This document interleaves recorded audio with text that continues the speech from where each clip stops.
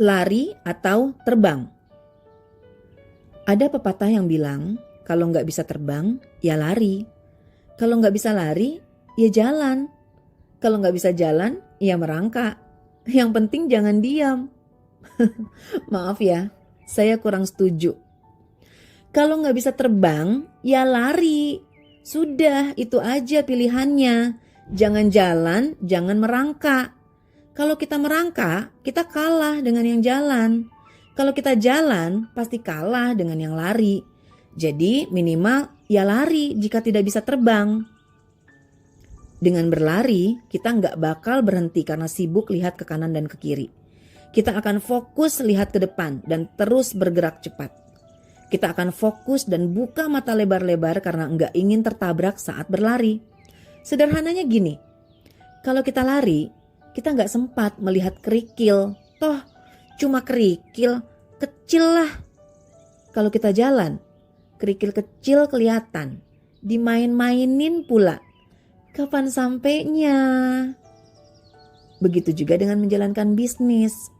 Harus cepat, harus lari atau terbang.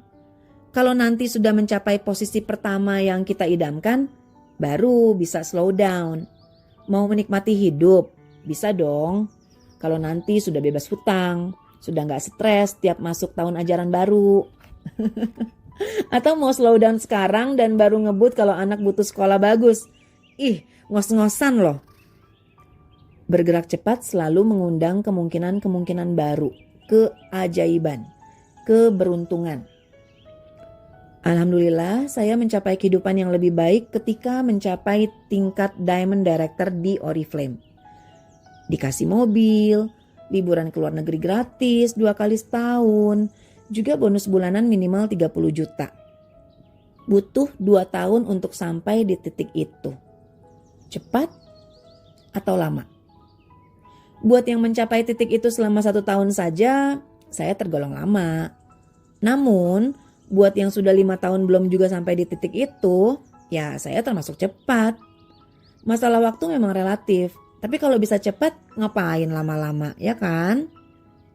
Banyak orang bilang saya termasuk yang beruntung, sebab gak banyak pebisnis MLM yang sukses. Asal tahu aja, gak cuma di MLM kok.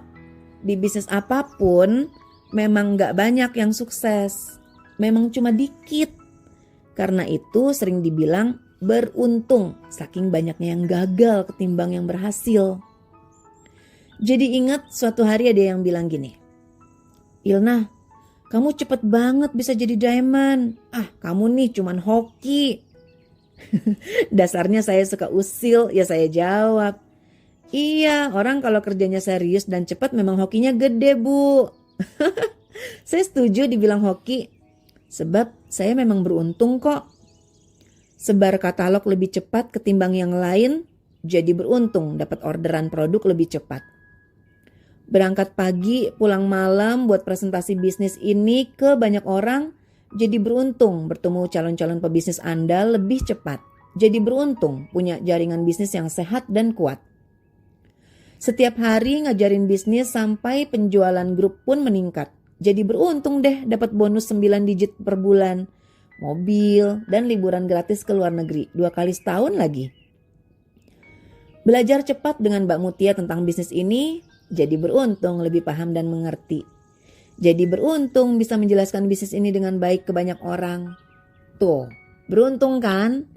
Beruntung karena bergerak cepat.